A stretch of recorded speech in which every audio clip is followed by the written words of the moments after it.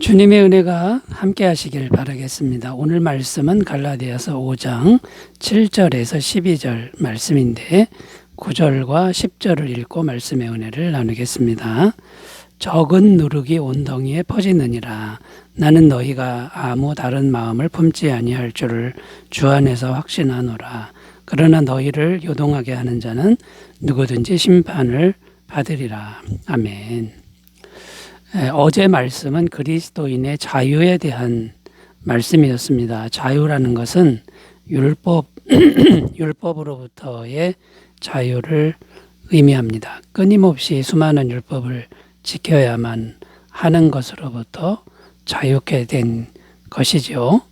이것을 율법의 종노릇이라고 이제 표현을 했습니다. 그런데 우리의 자유, 곧 구원받은 사람의 자유인 이신득이의 자유는 예수님을 믿기만 하면 율법을 완벽하게 지킨 것으로 충분히 하나님께서 인정해 주신다는 것입니다. 이게 얼마나 은혜가 되는 일입니까?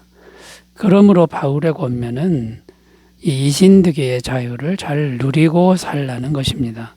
다시는 율법을 지켜서 하나님 앞에서 인정받으려고 하는 행동은 하지 말라는 것이며 다시는 율법의 멍에를 매는 종으로 가지 말라는 것입니다. 오늘 말씀의 주제는 이런 이신득이의 자유의 믿음을 잘 지키고 유지하려면 어떻게 하는가에 대한 말씀인데 갈라디아 교인들이 그 자유를 잃어버리게 생겼기 때문에 바울은 지금 안타까운 심정으로 이런 말을 하고 있습니다. 자, 그래서 오늘은 구체적으로 이 이신득이가 주는 자유를 지키고 보존하기 위해서 어떻게 해야 하는가 생각하면서 말씀의 은혜를 나누겠습니다. 자, 첫 번째는요, 이신득이의 믿음을 가지고 끝까지 완주하려는 마음을 가져야 한다라는 겁니다. 7절 말씀 읽습니다. 너희가 다름질을 잘 하더니 누가 너희를 막아 진리를 순종하지 못하게 하더냐. 자, 여기 보면 다름질이라는 표현이 나오는데 믿음을 보통 달리기로 묘사하기도 합니다. 믿음의 경주는 끝까지 가야 한다는 의미가 있습니다. 처음에 잘한다고 해서 그것이 다가 아니라는 것이고 중간에 포기하거나 이탈하면 그 달리기는 모든 의미가 사라지고 만다는 것입니다. 그러면 믿음의 다름질을 끝까지 완주하려면 어떤 태도를 가져야 할까요? 첫째는 끝까지 믿음의 신앙을 지키겠다는 결단이 있어야 한다는 것입니다. 디모데후서 4장 7절 8절 읽습니다.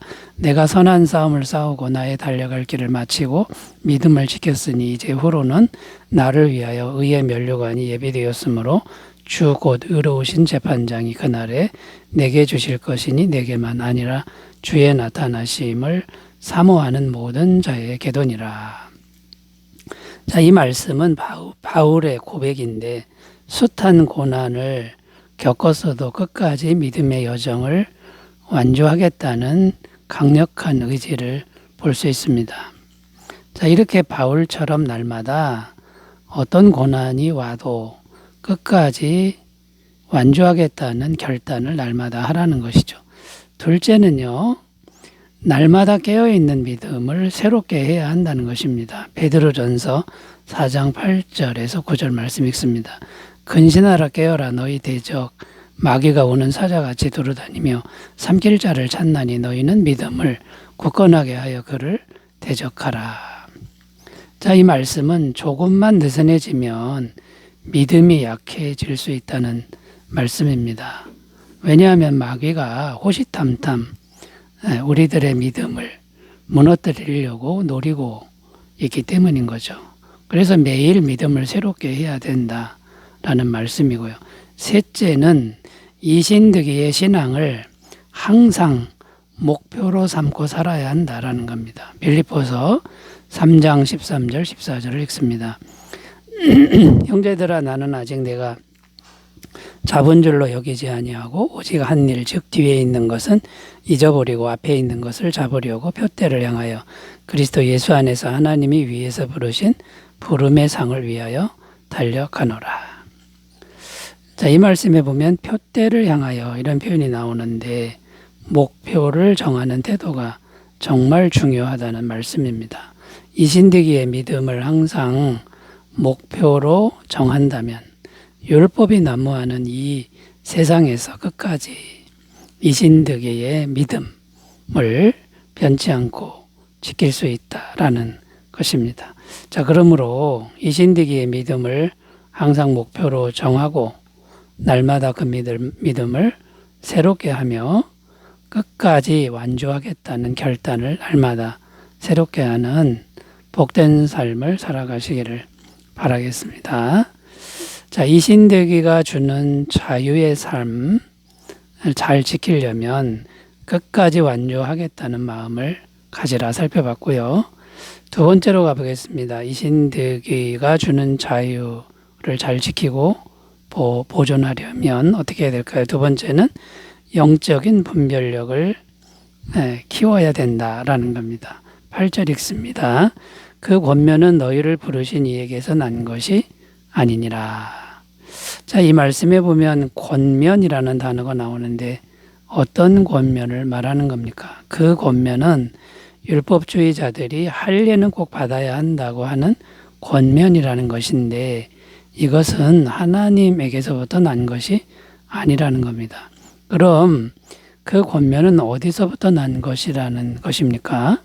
사단에게서부터 난 것이다라는 겁니다. 그런데 율법주의의 권면은 우리가 보기에 참 그럴듯해 보인다라는 사실입니다. 왜냐하면 인간적인 열심이 있어 보이고 또 거룩한 행실처럼 보이기 때문입니다.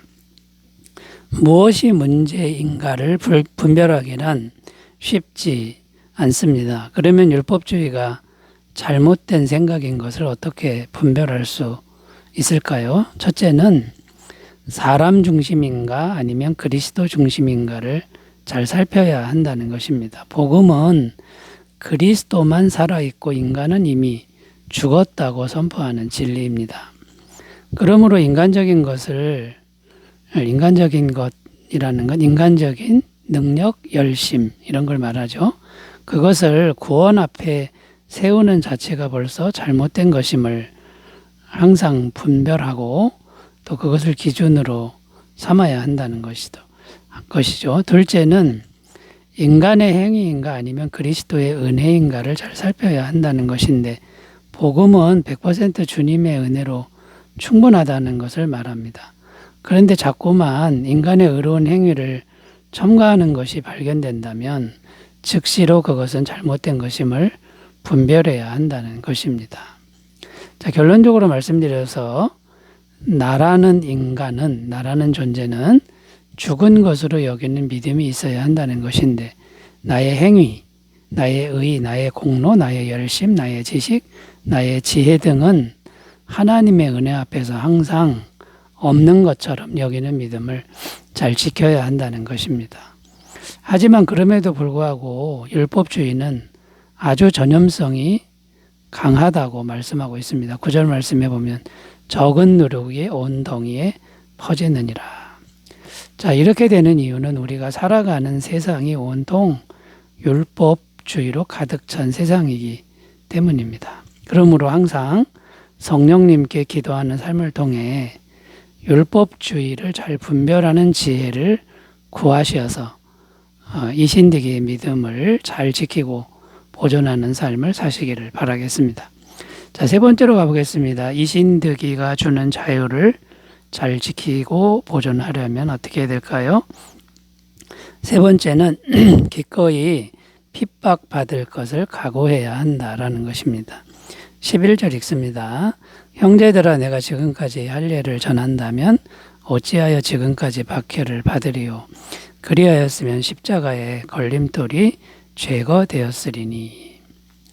자, 무슨 말입니까? 만일 바울이 할례를 받아야 구원을 받는다는 율법주의를 전했으면 핍박을 안 받았을 것이라는 말씀입니다. 실제로 바울은 평생에 걸쳐 엄청난 핍박을 당하는 삶을 살았는데 율법주의자들에 의해 핍박을 당했다는 것입니다.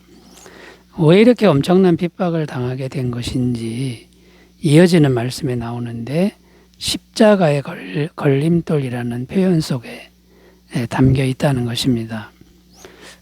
그래서 여기서 십자가의 걸림돌이라는 표현이 나오는데 그게 어떤 의미가 담겨 있는지를 좀 더 생각해 보려고 하는데요. 율법주의자들에게는 십자가가 상당한 걸림돌이 된다는 말입니다. 어떤 것들이 있는지 구체적으로 살펴보면요. 십자가의 걸림돌이 되는 것 첫 번째는 율법주의자들이 예수님을 십자가에 죽게 했기 때문이라는 것입니다. 예수님의 십자가가 진리라고 한다면 이 율법주의자들이 예수님을 십자가에 죽게 했기 때문에 자신들은 진리를 죽게 한 장본인이 되기 때문이죠. 그래서 걸림돌이 되는 거고요. 두 번째, 걸림돌이 되는 두 번째 이유는 십자가의 복음은 율법주의의 의를 인정하지 않기 때문입니다. 율법주의의 의는 어떤 것이냐면 율법을 행함으로 인간이 열심히 행함으로 스스로 의를 세우려는 것인데 십자가의 복음은 이러한 율법의 행위로서의 의를 전혀 인정하지 않는다는 것입니다. 왜냐하면 율법의 행위로서는 완벽한 의는 불가능하기 때문인 것이고 오직 하나님의 은혜로만 의롭다고 인정을 받을 수 있기 때문입니다. 또 세 번째 그 걸림돌이 되는 이유 세 번째를 살펴보면 율법주의의 영은 오직 믿음으로 구원받는 신앙을 이해하지 못한다는 것입니다. 그 이유는 영 자체가 다르기 때문인데요. 율법주의의 영은 인본주의의 영이고 그 인본주의 뒤에는 마귀의 영이 있습니다. 복음의 영은 성령님이라는 것입니다. 요한복음 14장 17절입니다. 저는 진리의 영이라 세상은 능히 저를 받지 못하나니 이는 저를 보지도 못하고 알지도 못함이라. 그러나 너희는 저를 아나니 저는 너희와 함께 거하심이요 또 너희 속에 계시겠음이라. 자, 그러므로 어떤 결론을 내릴 수 있습니까? 우리는 늘 핍박을 각오하며 살아야 한다는 것인데요. 이건 피해갈 수가 없다는 거죠. 그리고 약속의 말씀을 확실히 붙들고 살아야 한다는 겁니다. 고린도전서 1장 18절 십자가의 도가 멸망하는 자들에게는 미련한 것이요 구원을 얻는 우리에게는 하나님의 능력이라. 자, 여러분, 이 십자가의 걸림돌이 세상 사람들에게 있어서 우리를 핍박하지만 끝까지 잘 인내하시고 전진하시길 바라겠습니다. 기도합니다. 하나님 아버지, 이신득이의 신앙이 주는 믿음을 잘 지키고 보존하게 하옵소서. 예수님의 이름으로 기도드립니다. 아멘. 좋은 하루 되시기 바라겠습니다. 감사합니다.